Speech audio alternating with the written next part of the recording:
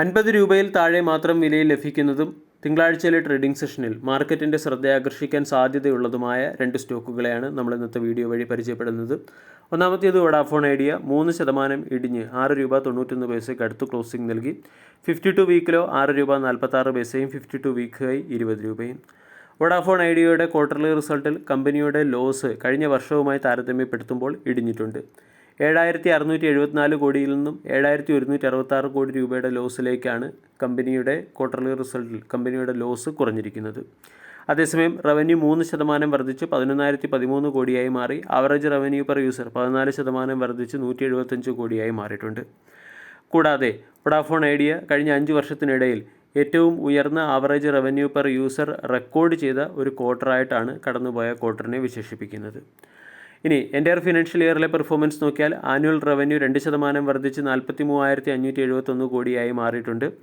കൂടാതെ കമ്പനിയുടെ entire financial ഇയറിലെ loss 31,238 നിന്നും 27,383 കോടിയിലേക്ക് കുറയുകയും ചെയ്തു. ഇനി 1.97 ലക്ഷം കോടി രൂപയുടെ ലോണാണ് അല്ലെങ്കിൽ ഡെപ്റ്റാണ് കമ്പനിക്ക് മുകളിലുള്ളത്. ഇതിൽ സ്പെക്ട്രം അലോക്കേഷനുമായി ബന്ധപ്പെട്ട ഡെപ്റ്റ് കൂടിയുണ്ട്.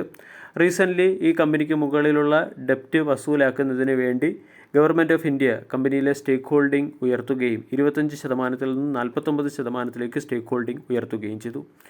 ബോട്ടം ലെവലിൽ വോഡാഫോൺ ഐഡിയ എന്ന സ്റ്റോക്കിൽ പൊസിഷൻ എടുത്തവർ 6 രൂപ 50 പൈസയുടെ സ്റ്റോപ്പ് ലോസ് മെയിൻറ്റെയിൻ ചെയ്തുകൊണ്ട് 7 രൂപ 50 പൈസ 8 രൂപ പോലുള്ള ടാർഗറ്റുകൾ എയിം ചെയ്യാവുന്നതാണ്.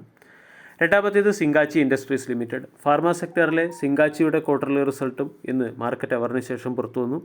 സ്റ്റോക്ക് വെള്ളിയാഴ്ച 1% ഉയർന്ന് 52 രൂപ 50 പൈസയ്ക്ക് അടുത്തായിട്ടാണ് ക്ലോസിംഗ് നൽകിയത്. സിങ്കാച്ചിയുടെ ക്വാർട്ടർലി റിസൾട്ടിൽ നെറ്റ് പ്രോഫിറ്റ് 7% വർദ്ധിച്ച് 21 കോടിയിൽ നിന്നും 22 കോടിയായി മാറി. റവന്യൂ 23% വർദ്ധിച്ച് 104 കോടിയിൽ നിന്നും 128 കോടിയിലേക്ക് എത്തിയിട്ടുണ്ട്. കമ്പനിയുടെ ടോട്ടൽ എക്സ്പെൻസ് 94 കോടിയിൽ നിന്ന് 107 കോടിയിലേക്ക് ഉയരുകയും ചെയ്തു. ന്യൂട്രിസ്യൂട്ടിക്കൽ, ഫാർമസ്യൂട്ടിക്കൽ തുടങ്ങിയ സെക്ടറിൽ വന്ന ടെയിൽവിൻഡിൻ്റെ പശ്ചാത്തലത്തിൽ കമ്പനി മികച്ച വളർച്ച കൈവരിക്കാൻ സാധ്യതയുണ്ടെന്നാണ് അനലിസ്റ്റുകളുടെ റിപ്പോർട്ടിൽ പറയുന്നത്.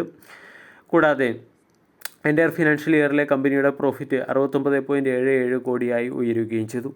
ക്വാർട്ടർലി റിസൾട്ടിനോടനുബന്ധിച്ച് 10 രൂപ പെർ ഷെയർ എന്ന റേറ്റിൽ കമ്പനി ഡിവിഡൻഡ് പ്രഖ്യാപിച്ചിട്ടുണ്ട്. ഇൻ്റഗ്രേറ്റഡ് ഫാർമസ്യൂട്ടിക്കൽ സെക്ടറിൽ കമ്പനിക്കുള്ള എക്സ്പോർട്സ് വർദ്ധിച്ചു വരികയാണ്. കൂടാതെ ട്രൈമാക്സ് ബയോ സർവീസ് എന്ന കമ്പനിയുടെ കൺട്രോളിംഗ് സ്റ്റേക്കുകൾ സിങ്കാച്ചി ഇൻഡസ്ട്രീസ് എന്ന കമ്പനി അക്വയർ ചെയ്യുകയും ചെയ്തിരുന്നു.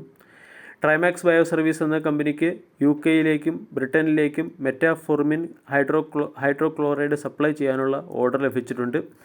ഇവിടെ ട്രൈമാക്സ് ബയോ സർവീസ് എന്ന കമ്പനിയെ അക്വയർ ചെയ്തത് വഴി സിങ്കാച്ചി ഇൻഡസ്ട്രീസ് എന്ന കമ്പനി മികച്ച പെർഫോമൻസ് നടത്താനും മികച്ച രീതിയിലുള്ള വളർച്ച കൈവരിക്കാനും സാധ്യതയുണ്ട്. 2023 കമ്പനി 10:1 എന്ന റേഷ്യോയിൽ സ്റ്റോക്ക് സ്പ്ലിറ്റും പ്രഖ്യാപിച്ചിരുന്നു.